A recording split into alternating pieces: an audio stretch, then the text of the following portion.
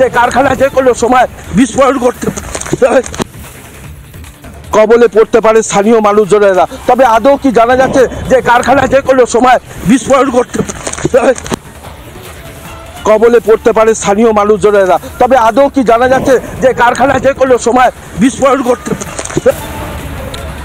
আমরা সেই মুহূর্তের ছবি দেখাচ্ছি যখন প্রসেনজিৎ আমাদেরকে দেখাচ্ছে, ঠিক সেই সময়তেই একটা বড় ব্লাস্ট হয়, হাত থেকে ফোন পড়ে যায় প্রসেনজিৎকে। আমরা আবারও যোগাযোগ করতে পেরেছি। প্রথমত প্রসেনজিৎ, সাবধানে কাজ করো, সাবধানে ছবি দেখাও, কি হয়েছিল সেই মুহূর্তে? আমি আরো একবার তোমার থেকে শুনবো, তুমি স্পটে রয়েছো।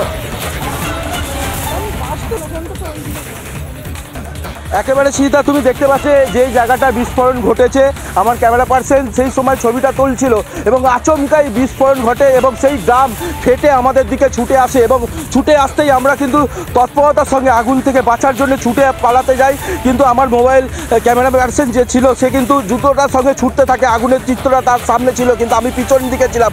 আমি পরে আগুনের তাপ বুঝতে পেরে আমিও ছুটতে লাগি, তখনই কিন্তু বিস্ফোরণটা ঘটে এবং তার ফলেতে কিন্তু আমরা দুজনেই পড়ে যাই ঘটনাস্থলে। তবে এখনও পর্যন্ত যেটা জানা যাচ্ছে যে এতটাই যে দাহ্য পদার্থ, যে ড্রাম রাখা রয়েছে সমস্ত ড্রামেতে কিন্তু দাহ্য পদার্থ মজুদ রয়েছে। এই ড্রাম বারে বারে ফেটে ফেটে পড়ছে এবং তার ফলেতেই কিন্তু একটা বড় বিপদ আবারও কিন্তু ঘটতে পারে চিতা।